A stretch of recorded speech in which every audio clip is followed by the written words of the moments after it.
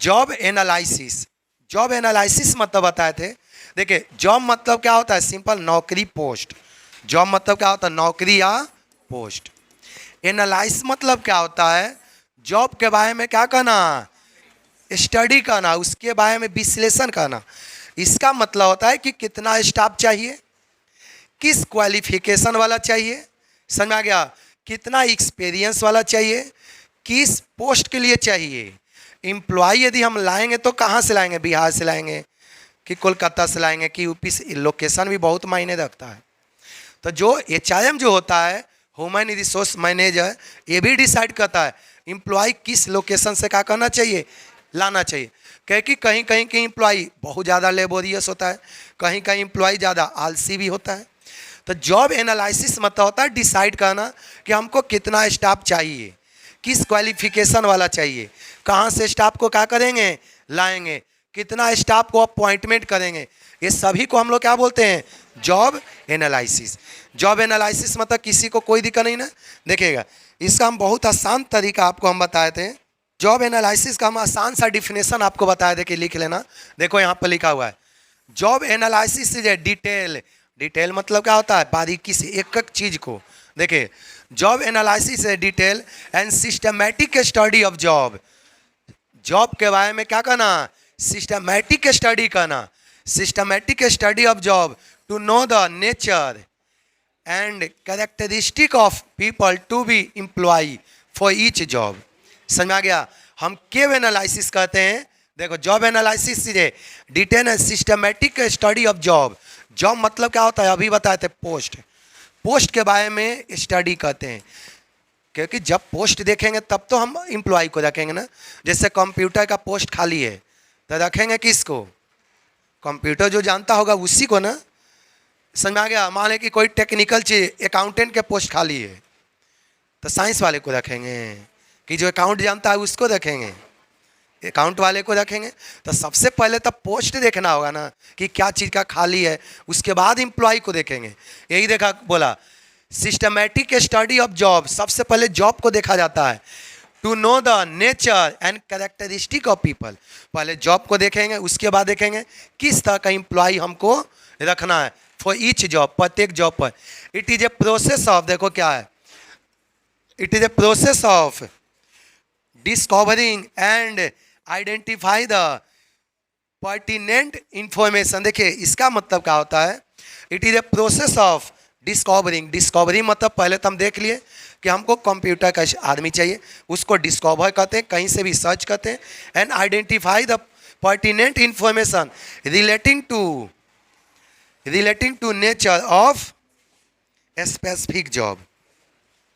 प्रत्येक जॉब के लिए एम्प्लॉय को क्या करना, खोज करना, आइडेंटिफाई करना, इसी को हम लोग क्या बोलते हैं, जॉब एनालिसिस। कोई दिक्कत है, जॉब एनालिसिस। अब आगे देखिएगा, इसमें तो कोई दिक्कत नहीं होना चाहिए। नेक्स्ट पॉइंट चलते हैं, देखिएगा the specific use of job analysis I given below. अब देखिएगा, ध्यान सुनिएगा, जॉब एनालिसिस तो सबको समझ में आ गया होगा। अब जॉब एनालिसिस का कहाँ पर उपयोग होता है, कोई पूछ दे कि जॉब एनालिसिस का उपयोग कहाँ पर होता है, तो क्या बोलोगे, सबसे पहले कहाँ पर उपयोग होता है, ह्यूमन रिसोर्स प्लानिंग। समझ आ गया, देखिए ये लिखा हुआ है specific use of job analysis given will. आप लोग को पिछले दिन यहाँ तक लिखवा के छोड़े थे। चलिए देखिएगा, जॉब एनालिसिस का फर्स्ट उपयोग कहाँ पर होता है, ह्यूमन रिसोर्स प्लानिंग करने में। ह्यूमन रिसोर्स प्लानिंग किसको बोलते हैं, कितना स्टाफ चाहिए, किस तरह का चाहिए, किस क्वालिफिकेशन वाला चाहिए, समझ में आ गया, इसको बोलते हैं ह्यूमन रिसोर्स प्लानिंग। सबको समझ में आ गया है, ये लिखवा भी दिया है आप लोग को। चलिए देखिए, बहुत आसान सा है।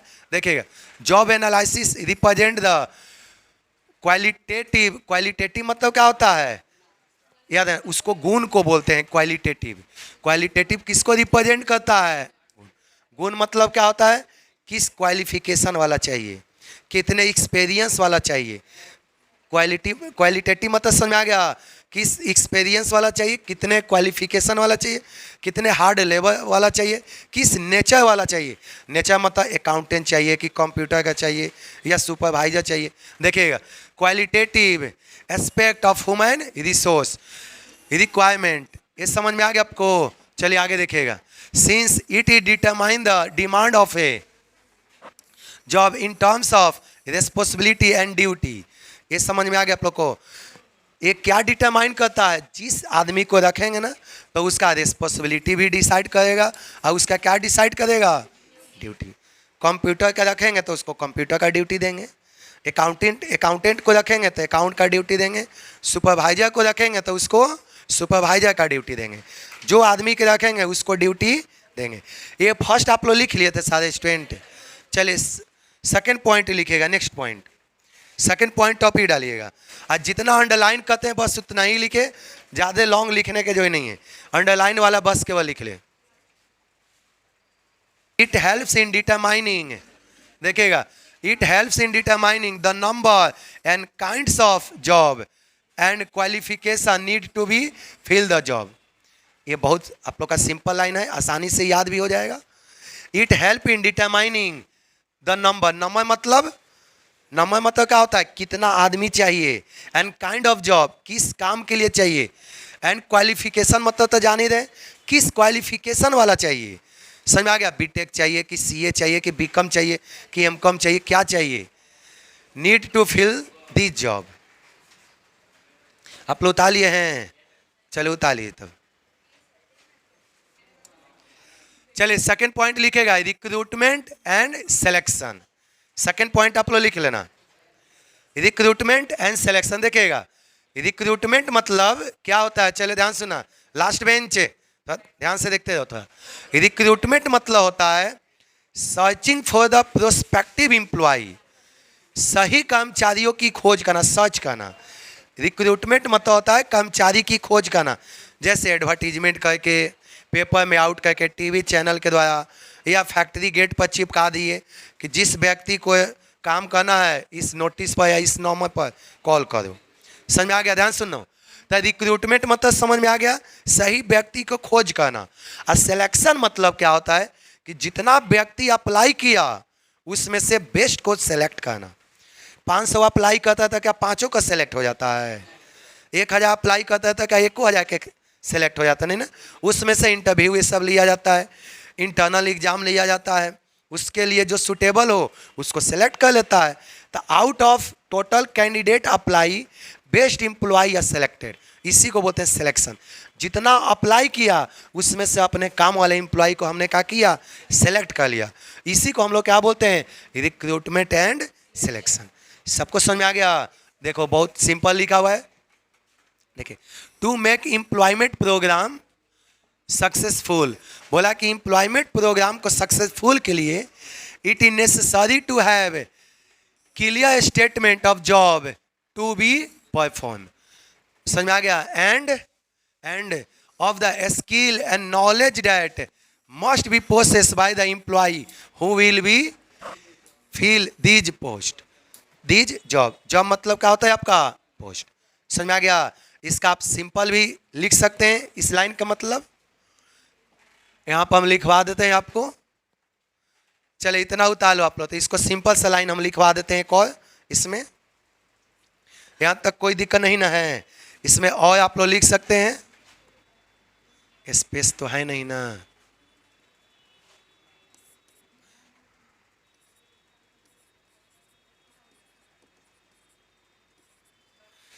Searching of suitable, searching a suitable person for job and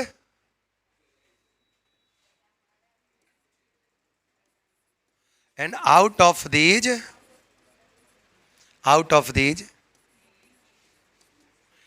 best candidate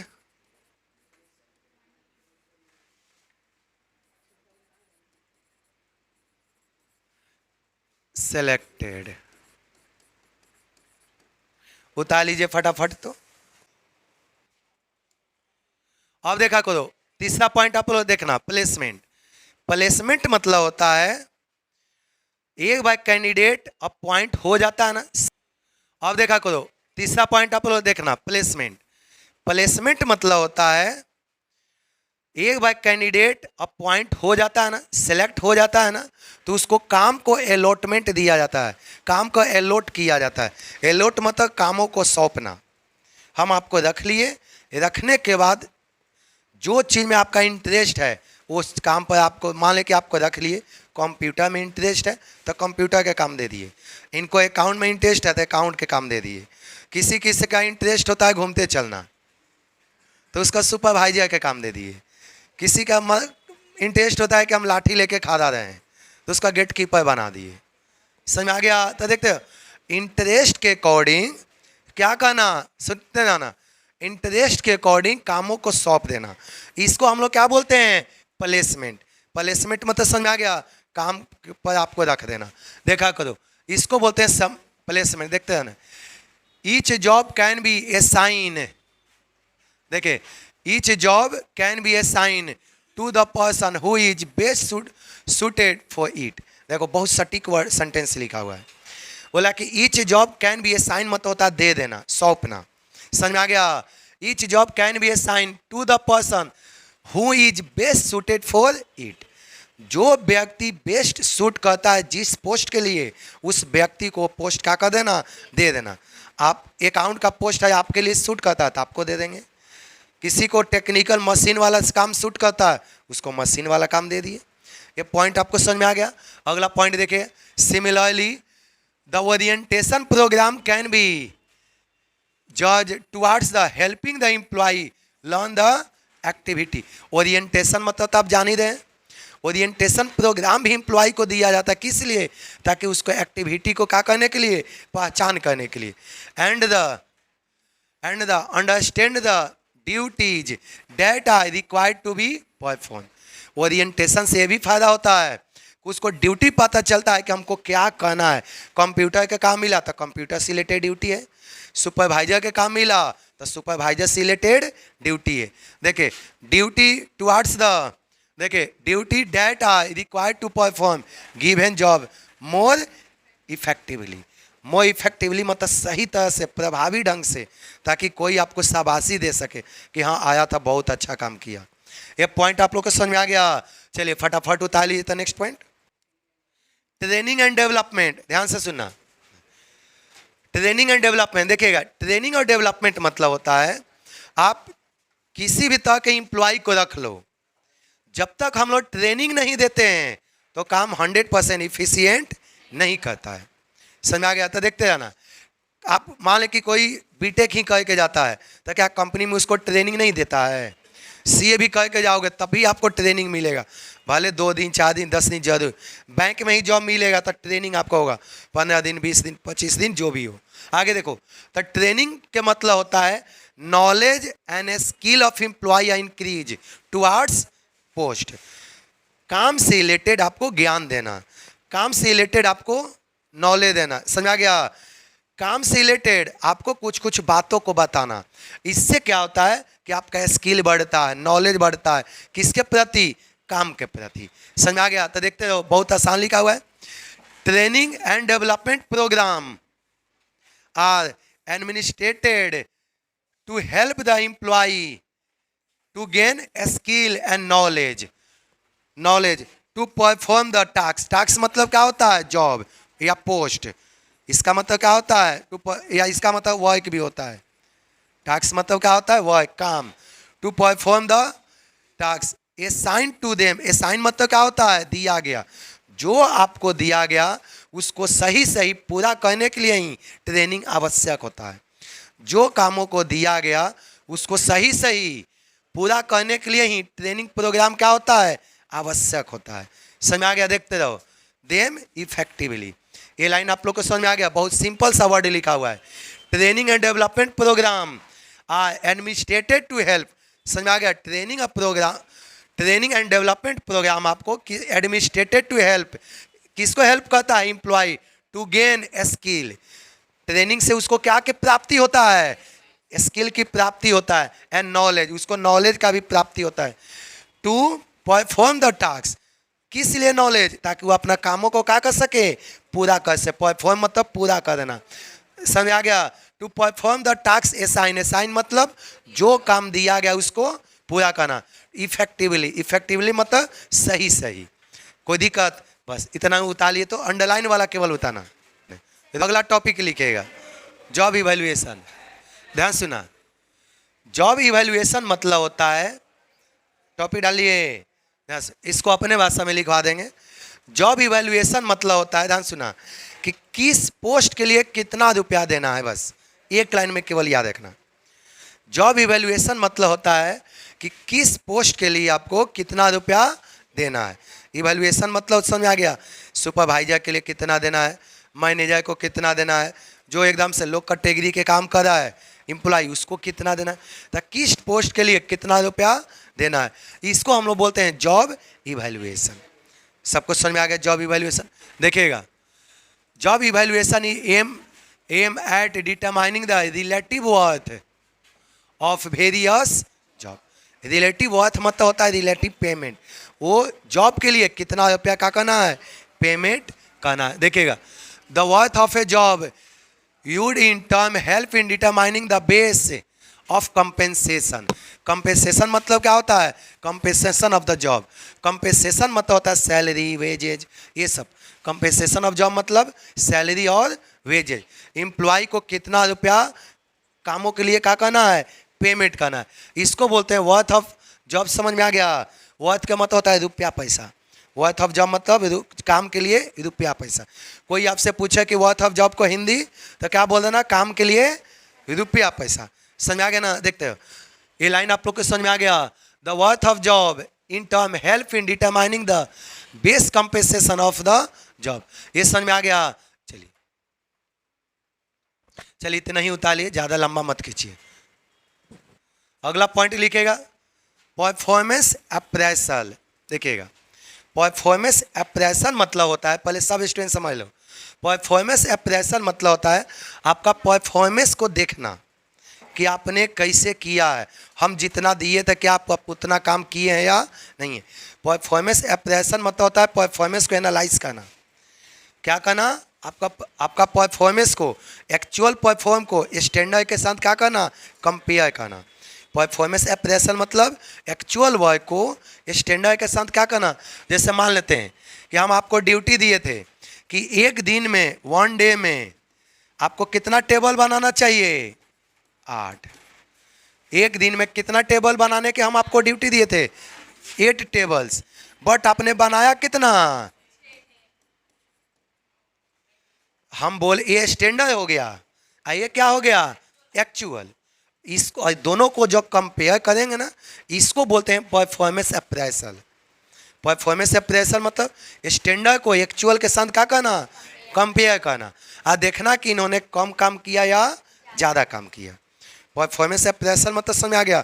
आज के डेट में कोई आदमी को काम दे दो तो देखेंगे नहीं को कितना किया कितना नहीं किया, देखना तो पड़ेगा ना। चलिए देखिएगा, इसी को बोलते हैं परफॉर्मेंस अप्रेसल।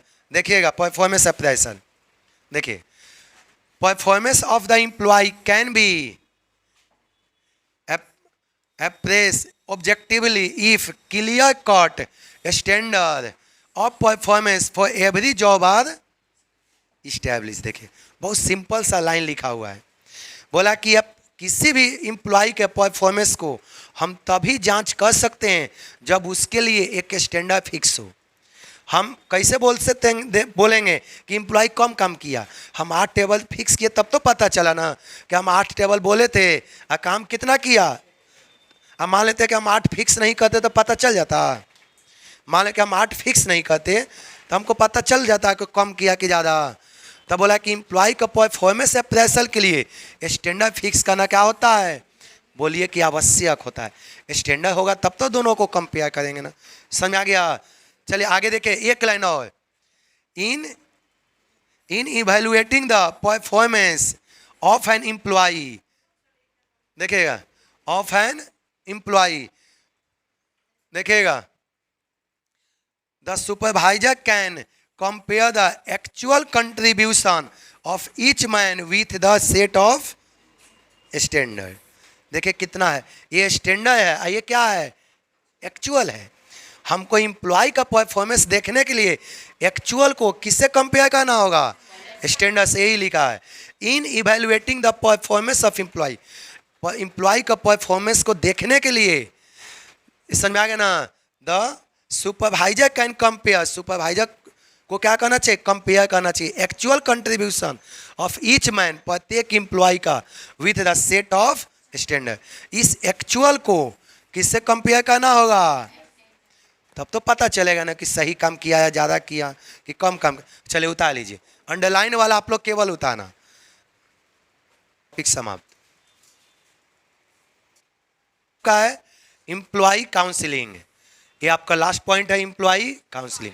अब ध्यान से देख लो, एक बार एम्प्लॉय अपॉइंटमेंट होता है ना, तब प्रत्येक एम्प्लॉय का इच्छा होता है कि हम प्रमोशन होए, और कोई कोई एम्प्लॉय का इच्छा होता है कि हम डिमोशन भी हो जाए। किसी का इच्छा होता है डिमोशन होने का, मैनेजर से लेबर बनने का, कोई कोई आदमी का होता भी है। कोई रिस्क लेना नहीं चाहे तो, बहुत आदमी, हमने अनेकों आदमी को देखा है ऑफिशियल काम छोड़कर और छोटा पोस्ट लेकर बैठ जाता है। अच्छा बोलता है कि कौन टेंशन लेगा इतना मुल्का सा ना झूठ मूठ, समझ में आया। तो छोटा मोटा पोस्ट लेकर अपने आप को, जैसे खासकर बैंक में, बैंक को अनेकों आदमी हम लोग का साइकिल में है, प्रमोशन वो लोग नहीं लेता है। इवन प्रमोशन 2 एग्ज़ाम होता है बैंक में, GIB CIB, लोग अनेकों पास करता है यहाँ से, दोनों GIB CIB दोनों एग्जाम होता है, उन लोग का स्किल बढ़ जाता है। ये दोनों यदि पास कर लो, लगभग आपको 15 से 20 हज़ार रुपया मंथली पेमेंट बढ़ जाता है इन लोग का, ये दोनों एग्जाम पास हो जाने पर। हाँ, उन लोग का GIB में, GIB देखिए नवंबर में एग्ज़ाम है, नवंबर में CIB का एग्ज़ाम होता है। जो GIB पास करता है वही क्या करता है, CIB। देखिए GIB सब बैंक का जाता है क्लास करने के लिए यहाँ सब GIB CIB के लिए। अब देखिए इन लोग को जो पास कर जाता है सब यहाँ GIB, उसके बावजूद भी कोई कोई क्या होता है, पेमेंट तो बढ़ ही गया ना, तो प्रमोशन से क्या मतलब है। समय वो लोग सोचता है कि पेमेंट तो बढ़ ही गया, तो छोड़ो प्रमोशन हटाओ। समझ में आ गया आता, देखिए क्योंकि प्रमोशन जितना बड़ा पोस्ट होगा, याद रखना, उतना ही आपका टेंशन बढ़ेगा। छोटा पोस्ट होगा टेंशन कम रहेगा। समझ में आया, तो देखते रहो यहाँ पर, यही होता है आपका जॉब काउंसलिंग। ये सुनते हैं ना, जॉब काउंसलिंग समझ में आ गया। जो एम्प्लॉय उसके लायक होगा, जो एम्प्लॉय टैलेंटेड होगा, उसको प्रमोट किया जाएगा, और जो सोचेगा कि नहीं हम टेंशन नहीं लेंगे, तो उसको छोटा मोटा पोस्ट क्या कर दिया जाएगा। इसको बोलते हैं job counselling.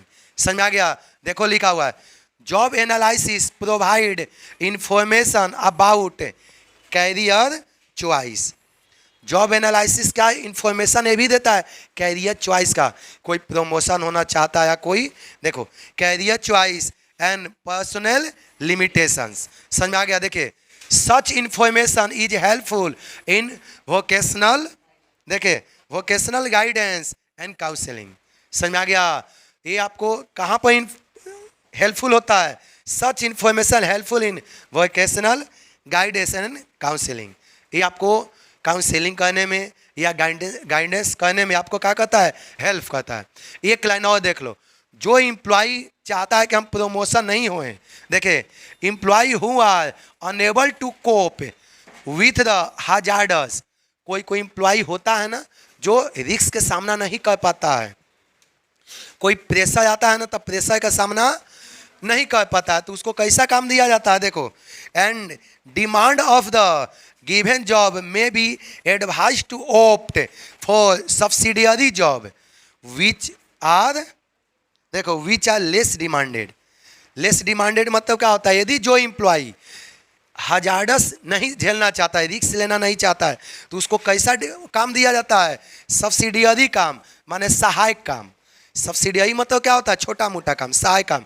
Which are less demanded, less demanded मतलब क्या है, वो ऐसा काम जिसका डिमांड बहुत कम है, वो आदमी काम ही नहीं करना चाहता है, तो वो काम किसको दिया जाता है, जो आदमी रिस्क लेना, उसको वो काम दिया जाता है। कोई दिक्कत, टॉपिक आपका समाप्त।